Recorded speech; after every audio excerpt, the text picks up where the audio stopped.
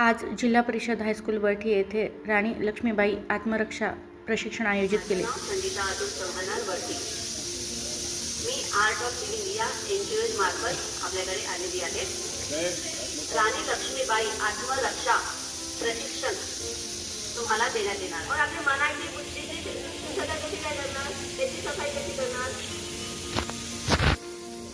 त्याकरता म्हणून योग, प्राणायाम आणि ध्यान आहे. शरीर, श्वास, मन यांना जोडण्याची कला योग. तेव्हा आसन वेगवेगळ्या पद्धतीने करता येतात आणि ते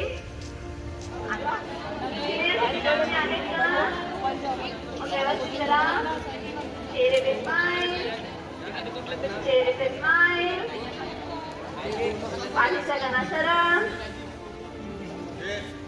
विरुद्ध दिशेने, विरुद्ध दिशेने. हो.